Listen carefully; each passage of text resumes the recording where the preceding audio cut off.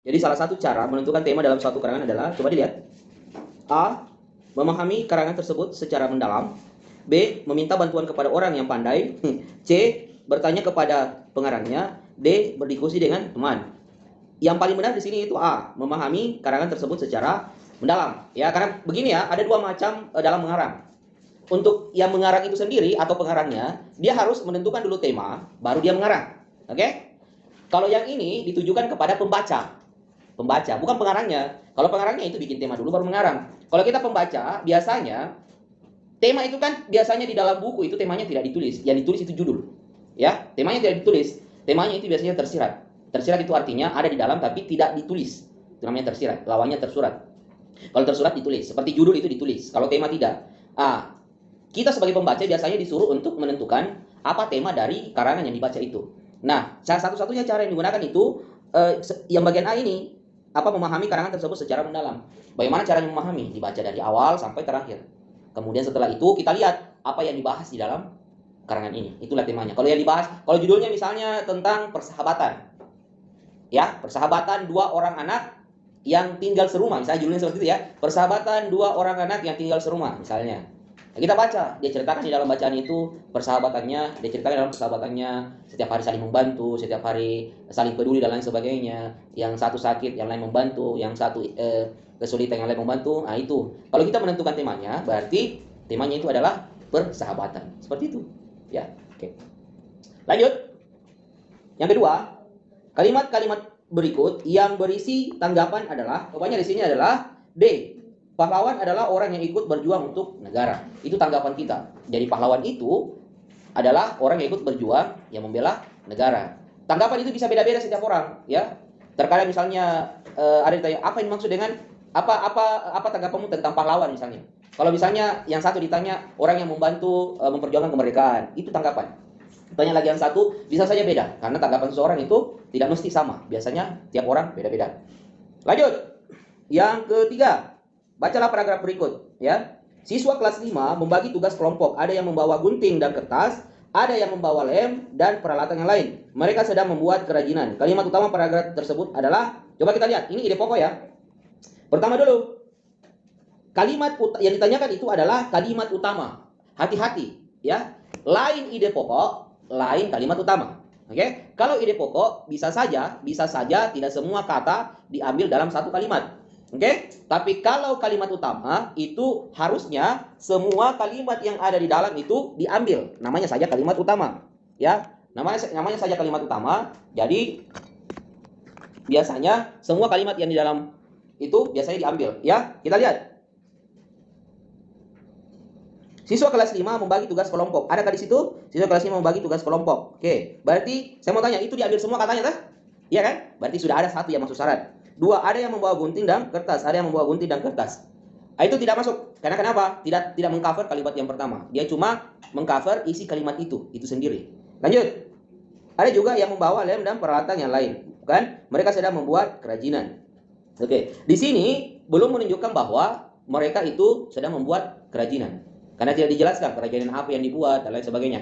Tapi yang paling menjelaskan di sini adalah siswa kelas 5 membagi tugas kelompok. Yang mana yang dilihat di situ membagi tugas kelompok? Ada yang membawa kertas, itu kan pembagian tugas kelompok toh? Ada yang membawa gunting, ada yang membawa lem, itu kan pembagian tugas kelompok. Seperti itu. Jadi kalimat utamanya dijelaskan oleh kalimat-kalimat penjelas yang lain. Seperti itu ya. Jadi kalimat utamanya dibagi kelompok, kemudian kalimat penjelas yang lain itu yang dibawa di bawahnya itu menjelaskan kalimat utama. Pembagiannya apa? Ada yang membawa kertas, ada yang membawa lem, itu yang dimaksud ya. Lanjut.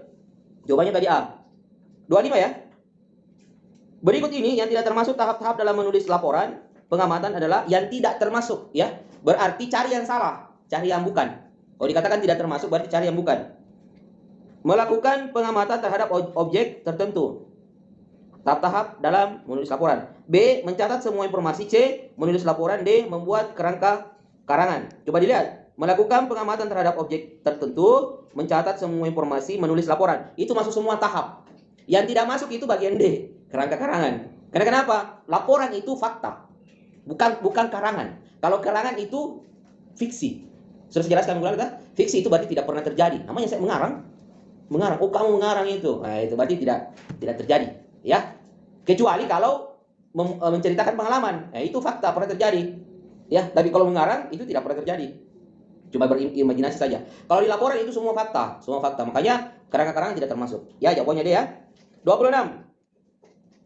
Sungai Ciliwung yang dahulu jernih dan banyak ikannya kini sudah berubah menjadi hitam dan bau. Setiap musim hujan menjadi langganan banjir. Warga yang membangun rumah tempat tinggal di bantaran sungai itu, jadi warga itu membangun rumah tempat tinggal di bantaran sungai itu.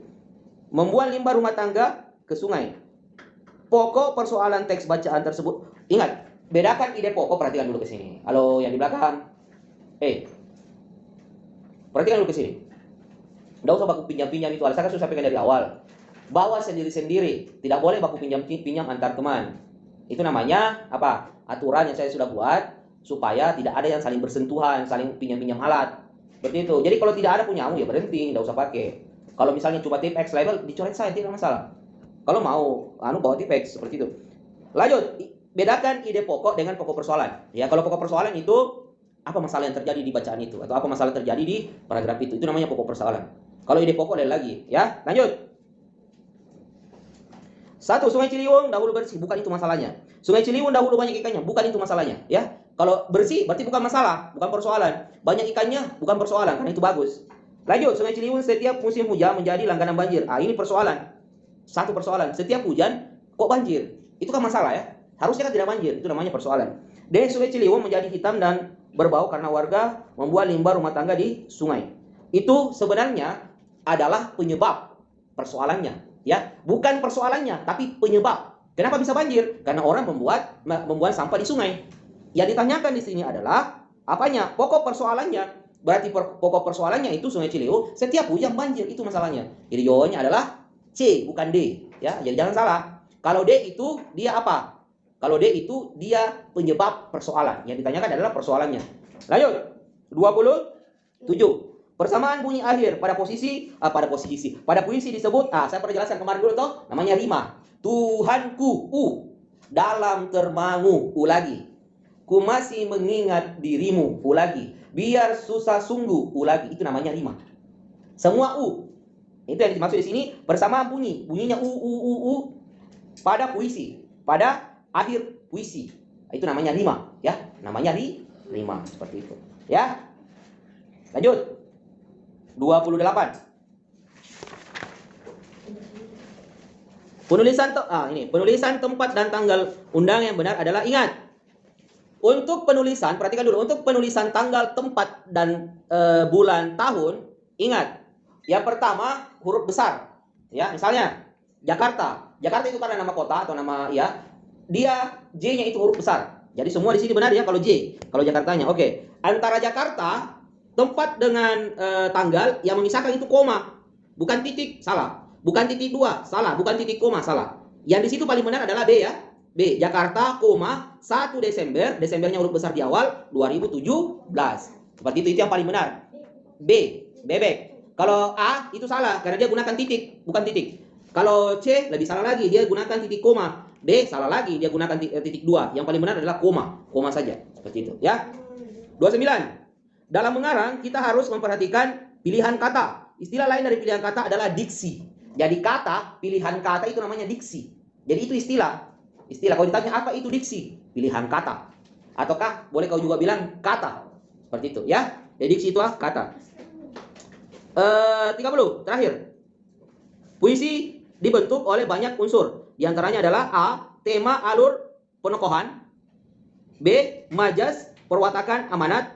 C. Tema, persajakan, majas, dan amanat. D. Tema, alur, latar, penokohan. Yang paling benar di sini lihat dulu. Tidak ada penokohan. Oke? Yang ada penokohan itu cuma apa? Cuma prosa, yang karangan-karangan bebas, ya. Kalau tema ada semua. Alur boleh ada, latar boleh ada, tapi penokohan itu tidak ada. Lanjut. Penokohan bagian A ada, berarti bukan itu. Perwatakan itu selalu berpasangan dengan penokohan. Kalau ada penokohan berarti ada perwatakan, karena yang punya watak cuma tokoh. Seperti itu. Jadi bukan itu juga. Bagian D bukan juga ada penokohan. Yang paling benar adalah C. Ada temanya, ada sajaknya, ada majasnya, ada amanatnya. Yang mana itu majas? Contoh, wajahnya seperti rembulan yang bersinar di malam hari. Itu majas. Namanya perumpamaan. Majas juga ada banyak macam. Tapi nanti SMP kau pelajari. Tapi itu namanya majas, itu biasanya digunakan dalam puisi perumpamaan. untuk menghaluskan kata-katanya, itu namanya majaz. Kalau amanat ya pasti ada semua, ya. Biasanya puisi itu biasa mengandung amanat, tema pasti ada. Itu ya. Oke, cukup untuk pembahasan pilihan ganda di sini. Kita lanjut di esainya, tapi saya mau satu-satu, ya. Saya mau satu-satu menjawab supaya kalian juga bacakan apa yang kalian dapat. Setelah itu saya jelaskan. Nomor 2 tadi ada namanya penghayatan dalam membaca puisi. Jadi seperti ini ya, pada saat kita membaca puisi biasanya kita menghayati. Karena kalau kita tidak menghayati, biasanya puisinya itu berlalu begitu saja. Pendengar itu biasa-biasanya di puisinya. Padahal itu biasanya puisinya bagus loh, bagus, tapi pendengar mengatakan biasa aja. Kenapa terjadi seperti itu? Karena yang membacakan puisi itu tidak menghayati puisinya. Seperti itu. Tidak menghayati artinya apa? Tidak memahami isinya. Jadi kita dulu harus memahami isi puisi tersebut, ya. Setelah kita memahami isi puisi tersebut, itu kita hayati. Kita hayati isi puisi itu. Contoh seperti tadi, Tuhanku. Kita pahami, oh, Tuhan saya itu, misalnya kalau Islam ya, Tuhan saya itu Allah. Allah itu yang memberikan saya kehidupan. Seperti itu, Allah yang menciptakan saya. Itu kita hayati. Dalam termangu. Termangu itu apa? Melamun. Termangu juga biasanya melamun ataukah berpikir ataukah tenang, seperti itu namanya termangu. Ku masih mengingat dirimu. Jadi meskipun saya melamun, saya tetap mengingat Allah. Itu harus dipahami. Pada saat kita sudah memahami itu otomatis kita menghayati puisinya. Kalau kita menghayati puisinya, kita bacakan kepada orang lain juga ikut menghayati, seperti itu. Ya, paham sampai sini ya? Oke, nomor 3, lanjut. Di belakangnya, cepat. Ya. Apa tujuan dari... Jadi begini, untuk pertanyaan yang selanjutnya itu, kita disuruh membuat deskripsi. Deskripsi itu penjelasan ya. Deskripsi itu penjelasan pada membuat laporan tentang kunjungan. Contoh, perhatikan dulu. Pernah kalian mungkin dibawa ke dulu namanya study tour. Pernah ke kuburan-kuburan Talo itu kan? Pernah dulu kan waktu kelas-kelas rendah tuh? Itu kan kita dibawa, itu kita mengunjungi. Pada saat kita mengunjungi ke sana, kita itu disuruh mencatat. Catat ini penjelasannya, ini apa, tempat apa, sejarahnya apa. Itu, setelah itu sampai di sini, kita laporkan ke guru. Itu namanya laporan kunjungan. Nah, apa gunanya? Seperti yang dikatakan tadi, mendeskripsikan atau menjelaskan dari apa yang kita dapatkan selama perjalanan itu. Itu yang dimaksud ya. Lanjut, di belakang.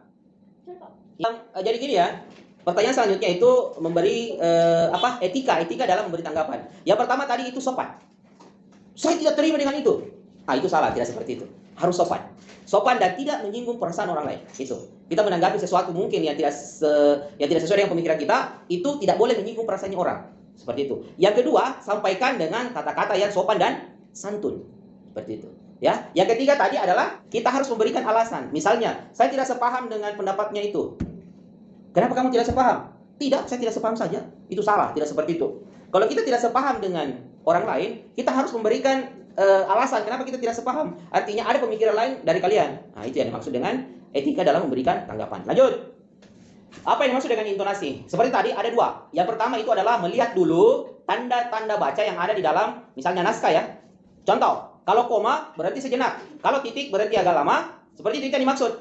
Kamu membacakan sesuatu, ada komanya, berhenti sejenak baru menekankan. Yang kedua adalah penekanan pada hal-hal yang penting. Ataukah emosi. Contoh seperti ini. Kita membacakan sesuatu, tapi di situ ada pembicaraan ataukah ada pembicaraan yang marah misalnya. Jadi kalau marah itu suara agak besar, seperti itu. Kalau sedih itu suara agak kecil, itu namanya intonasi, ya. Kalau misalnya sedih-sedih itu suara agak lembut, agak sedih, mendayu-dayu, itu namanya intonasi. Kalau misalnya menegaskan sesuatu, berarti itu kita harus suaranya agak besar, agak ditekan. Itu namanya intonasi. Tapi sebelum itu kita lihat dulu tanda bacanya. Biasanya ada di situ tanda baca. Kalau ada komanya berarti sejenak. Jadi setelah itu dilanjutkan lagi, ya. Seperti itu. Lanjut. Ya. Jadi kita dari awal dulu. Yang pertama adalah eksposisi. Eksposisi itu karangan yang mengandung fakta dan gagasan atau tanggapan juga. Jadi di situ ada 2 fakta yang terjadi, kita tulis. Misalnya hal yang betul-betul terjadi itu ditulis. Kemudian terkadang mengandung juga pendapat seseorang. Misalnya pendapat ahli ini, itu eksposisi. Ataukah tanggapan kamu sendiri, nah itu eksposisi namanya. Kemudian kalau lanjut narasi tadi, itu misalnya gini ya, saya kasih contoh real saja. Saya yang mengalami, misalnya kalian di sini ya, tidak kemana-mana. Saya pergi, saya melihat di sana ada kecelakaan, misalnya ada kecelakaan, orang tabrakan ya. Sampai di sini saya menceritakan kepada kalian. Saya menceritakan secara narasi. Saya menceritakan kejadian di sana, itu harus betul-betul detail, seperti halnya kalian yang melihat langsung. Itu namanya narasi. Contoh, saya tadi itu di sana ada kecelakaan, bentuknya seperti ini. Itu mobil dari sana jalan, udah pas di sini ada lampu merah, di sini tiba-tiba ada motor jalan. Jadi di sini mobil itu juga tidak melihat motor, pas ke sini langsung ditabrak, wah jatuh. Nah, jadi kalian itu mendengar cerita saya, itu seperti kamu betul-betul ada di sana, melihat kejadian itu. Itu namanya narasi. Kalau deskripsi tadi itu adalah penjelasan. Penjelasan dengan menjelaskan sesuatu, apapun itu yang kamu jelaskan, dideskripsikan dengan kata-kata yang jelas dan terperinci. Terperinci itu adalah kamu sampaikan detail-detailnya, tidak dipotong-potong. Biasanya seperti itu. Kalau deskripsi, supaya apa? Apa yang kamu jelaskan itu orang bisa tahu dan paham. Itu. Ya, sudah tadi nomor 10 ya. Oke, untuk hari ini cukup, sudah pas setengah 3. Nanti untuk rekamannya itu saya kirimkan ke kalian insya Allah. Assalamualaikum warahmatullahi wabarakatuh.